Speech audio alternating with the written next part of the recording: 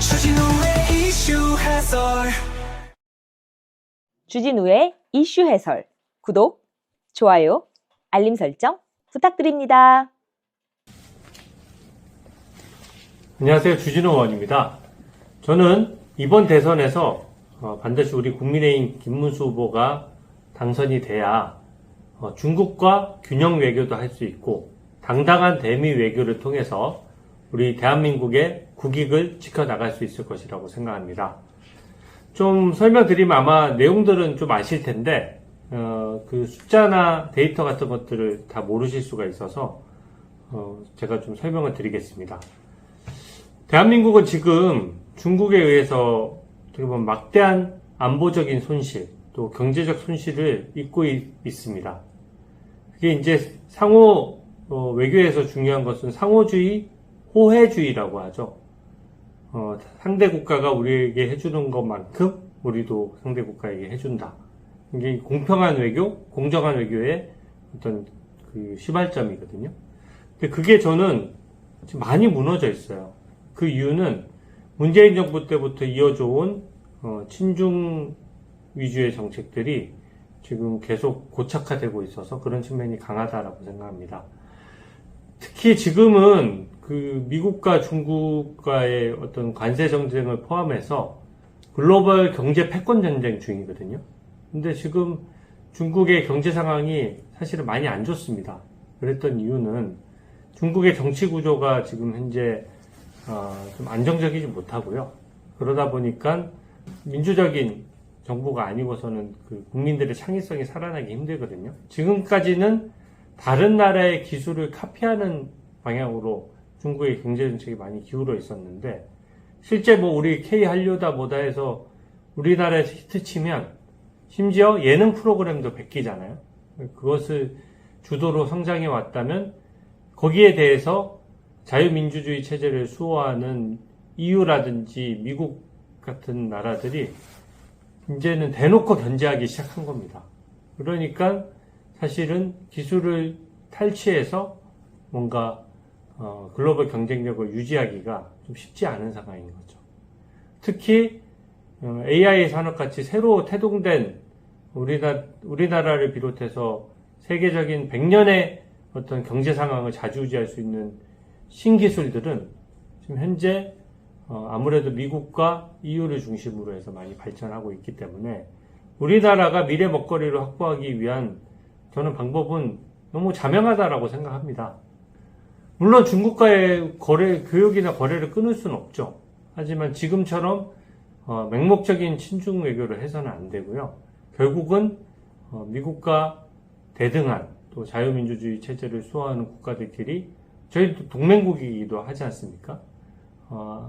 안보에 있어서는 동맹국으로서 안보 체제를 좀 공고히 하고 또 산업적인 부분의 재편이라든지 또 무역 질서의 재편에 있어서는 같은 방향으로 가야 미국, 일본, EU 이런 등등의 국가들과 같은 경제 전략을 펼칠 수가 있는 것이죠.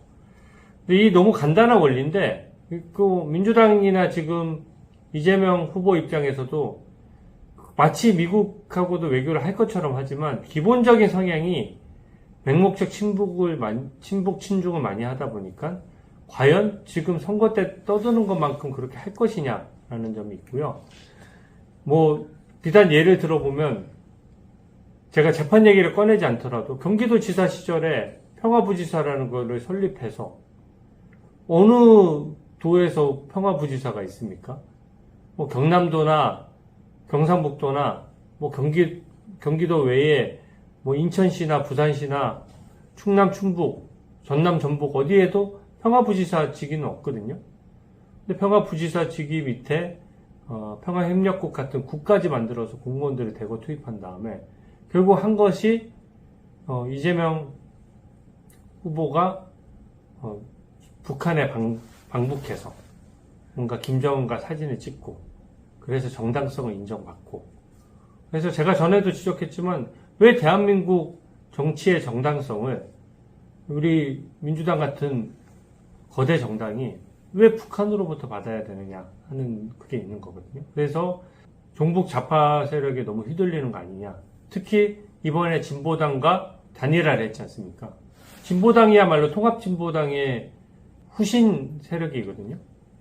그래서 굉장히 급진적인 정책도 많은데 지금 진보당의 김재현 후보가 후보를 사퇴하고 이재명 캠프에서 마치 단합하는 것처럼 유세도 하고 다닌다는데 선거 끝나면 그 계산서를 누구한테 들이밀겠습니까?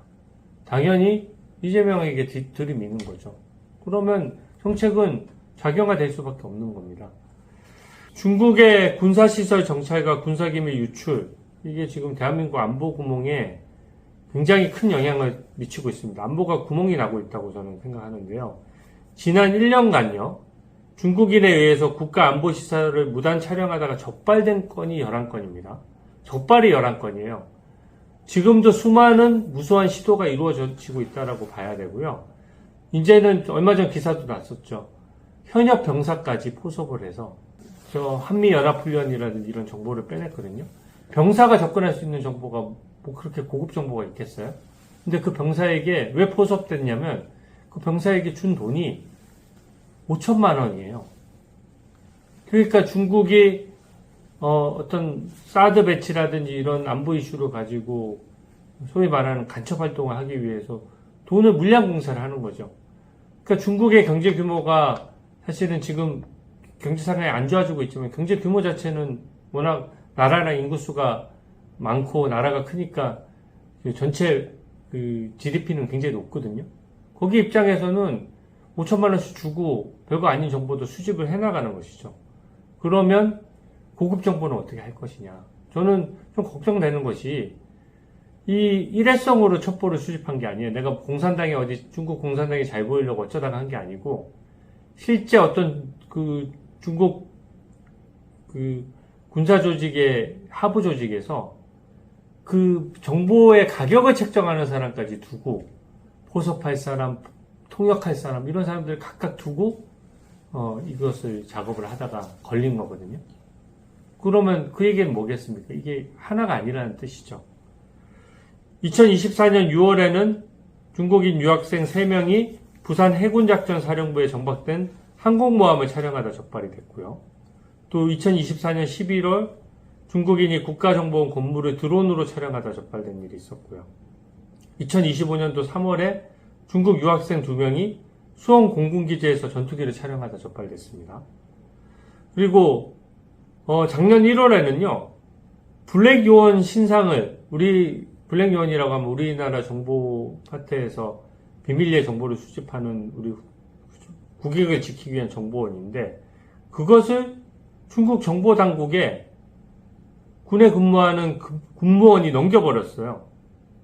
근데 중국 정보당국에 넘긴 게 입증됐음에도 불구하고 북한에 넘겼으면은 간첩죄로 처벌할 수 있는데 북한이 연계됐다는 증거까지는 확보가 안 되니까 중국에 넘긴 거는 간첩죄로 처벌을 못한 거예요. 그러니까 간첩법 개정이 저는 필요하다라고 보는 것이고 그냥 안보뿐만 아니라 기술 탈취 이런 부분도 굉장히 간첩죄로 처벌할 수 있어야 또 처벌 강도가 굉장히 세야 저희가 우리 국익을 지켜나갈 수 있거든요. 제가 언론 보도를 보니까 중국의 기술 탈취로 5년간 23조 원의 경제적 피해가 발생했고요. 2024년 작년에 적발된 기술 탈취 27건 중에 무려 20건이 중국으로 유출됐습니다. 그 중에 11건은 국가 핵심 기술로 지정된 기술들이고요. 굉장히 우려되는 상황이에요. 2024년에 삼성전자 D램 공정 기술을 탈취해서 4조 3천억 원의 피해가 발생했다는 보도도 있었습니다.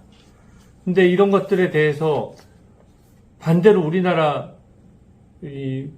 사람이 중국에 가서 이거 하다가 중국에서 적발됐다.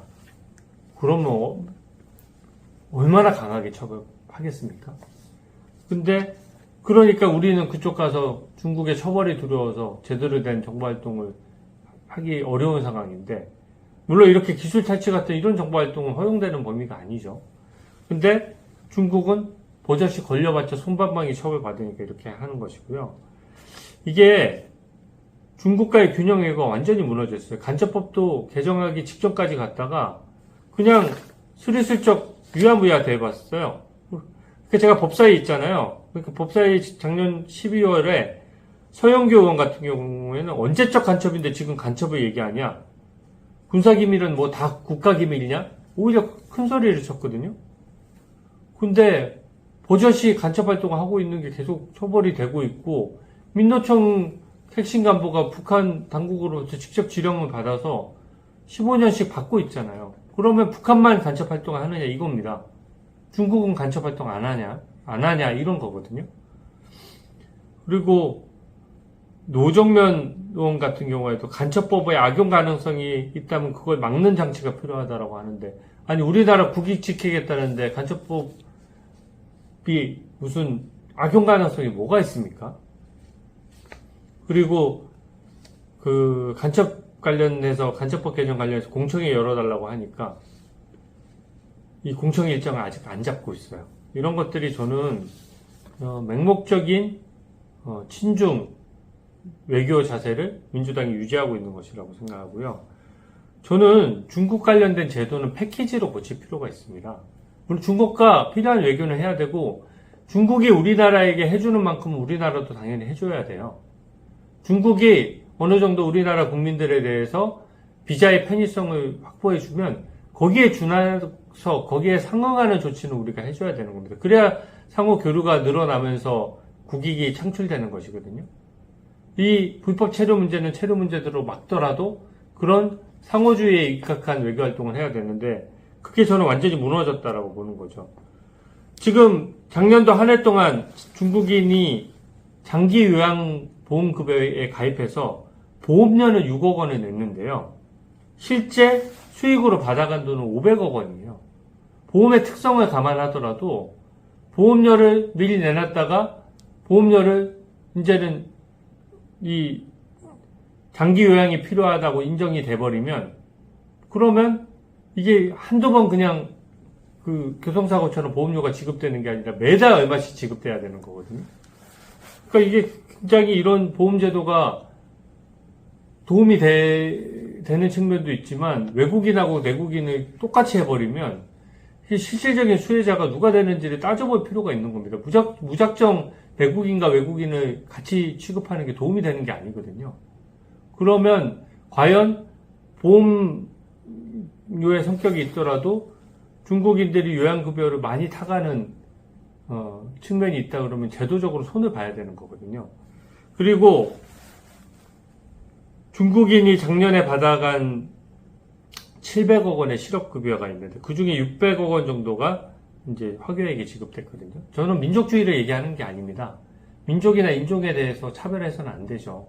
하지만 호혜주의나 상호주의는 반드시 지켜야 되는 거거든요. 우리나라 국민은 가가지고 중국에서 실업급여 탈 수 있습니까? 중국에서 일하다가 도로 나오면은 어떻게 실업급여를 보장을 해주나요?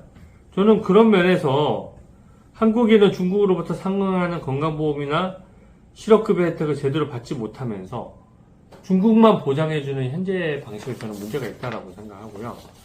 지금 민주당은 이것뿐만이 아닙니다. 중국과의 외교 악화를 이유로 해서 사드 배치에 반대를 해왔어요. 특히 이재명 후보도 성남시장 시절에 사드 레이더의 전자파는 인체에 치명적 영향을 주는 것으로 알려져 있다면서 온갖 손독을 다 했거든요. 근데 지금 사드 배치와 관련된 언급을 일부러 안 합니다. 왜냐하면 본인을 지지하는 기본적인 정치 세력 자체가 친중 친북을 지향하는 세력들이 많다 보니까 자기 지지자들한테 지지를 잃을까봐 의도적으로 그 쟁점을 피해가는 거거든요. 사드 배치나 이런 부분도 우리가 안보에 있어서 굉장히 중요한 부분이고, 이게 처음부터 사드 배치를 먼저 한 것이 아니라 북한이 핵미사일 미사일 개발하고 핵 개발하고 이런 것들이 심화되고 안보 이슈가 커지니까 거기에 대한 대응적 조치를 한 것이거든요. 근데 전자파 운운하고 나서 지금 상당한 시간이 지났는데 실제 전자파 문제는 아예 없지 않습니까? 거기에 대해서 잘못 판단했으면 잘못 판단했다는 얘기를 안 하는 거예요. 후쿠시마 오염수 관련된 부분도 마찬가지였죠. 거기에 그 한일 갈등을 부추겨서 우리 국익에 도움되는 게 뭐가 있습니까? 그래서 저는 실익 위주의 외교를 해야 된다라고 생각하고요. 그러기 위해서는 우리 국민의힘이 생각하는 것처럼 좀 중국 제도 전체를 패키지로 손볼 필요가 있어요. 첫 번째는 선거제도.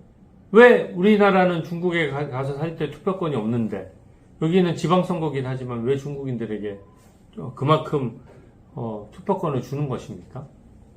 그래서 그로 인해서 중국인들은 그렇게 되면은 지방선거에만 영향을 미치는 게 아니에요. 지방선거에도 정당은 선거 승리를 목표로 하기 때문에 지방선거나 이런 거를 감안해서 지금 총선에서는 투표권이 없어도 늘 이 세력화되어 있는 정치 세력의 눈치를 볼 수밖에 없는 거거든요. 그러니까 중국인들에게 어떻게 보면 친중국적인, 현재 대한민국에 체류하는 중국인들에게 유리한 정책적 기반을 마련할 수 있는 빌미를 주는 것이거든요. 그래서 여러 가지 다른 선거제도와 묶어서 손을 봐야 되겠지만 선거제도를 이렇게 하는 것도 저는 패키지로 다시 검토해 볼 필요가 있다고 생각하고, 부동산 취득 문제도 마찬가지입니다.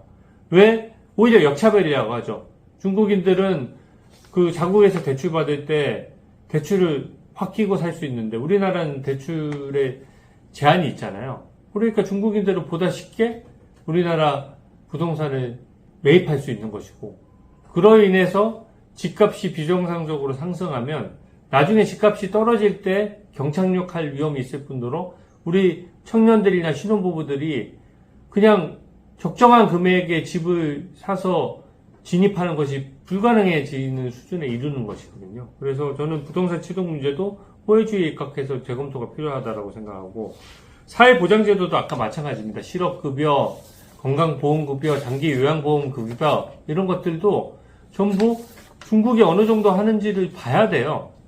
무작정 보장해준다고 해서 지금 우리나라가 경제 상황이 그렇게 다른데 다 퍼질 정도로 큰가요? 그리고 외국인들에게 다 열려있는 제도라고 하더라도 활용하는 빈도나 액수를 보면 중국인이 압도적으로 많아요. 장기 요양급여도 제가 따져보니까 중국인들이 압도적으로 많고, 다른 외국인들은 국내에 체류하는 외국인들도 꽤 많이 있지 않습니까? 근데 어느 정도 체류하고 때 되면 또 자신의 나라로 돌아가기도 하잖아요. 그러니까 장기간 요양급여로서 타가는 비율이 중국인들이 더 높은 것이죠. 그래서 더더군다나 기술 탈취 문제도 있고, 여기는 돈을 막 일반 병사한테 5천만 원까지 줄 정도면은 기업에 치안해 보십시오. 기업에 있는 사람들한테 채용의 형태든 연봉의 형태든 연봉을 지금 서너 배씩 주고 중국 회사로 영입하면 우리나라 핵심 기술은 어떻게 되는 것입니까?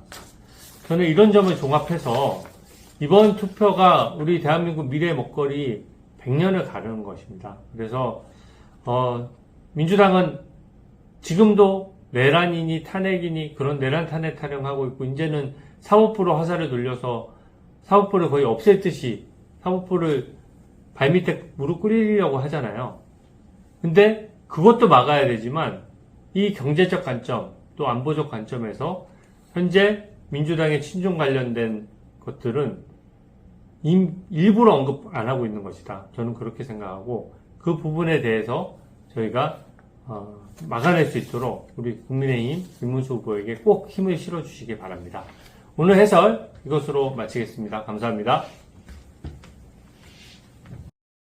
주진우의 이슈 해설